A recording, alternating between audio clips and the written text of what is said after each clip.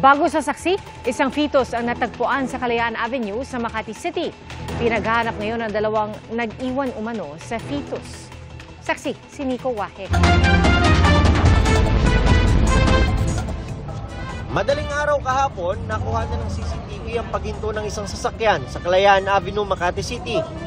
Lumabas ang driver, kasunod ang isa pa na sa driver side rin dumaan. Umupo sa gilid ng sasakyan. Ang driver na unang lumabas, makikitang tila hindi mapakali.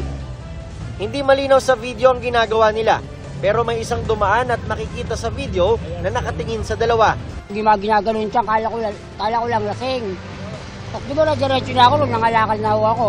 Pero pagbalik daw na nakasaksi, nakita niya sa kalsada na iniwan ng dalawang nakasasakyan, isang fetus na halos buo na. Pagtingin ko, kala ko pusa, patay na pusa lang yung...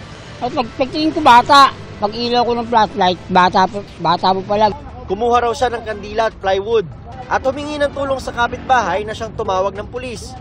Ayon sa Makati City Police, pinaghahanap na nila ang dalawang nasa CCTV. Ongoing pa po ang follow-up ng ating investigator on case para makakuha po ng CCTV footage sa area, and ongoing na rin ang pagkuha ng DNA sample ng SOCO po. Sa oras na makuha raw nila ang plate number ng sasakyan, ay makikipag-ugnayan sila sa LTO para matunton kung sino ang may-ari nito. Posibleng maharap sa reklamong intentional abortion ng dalawa.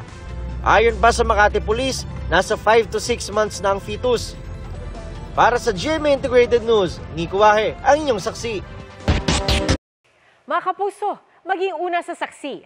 Mag-subscribe sa GMA Integrated News sa YouTube para sa iba't ibang balita.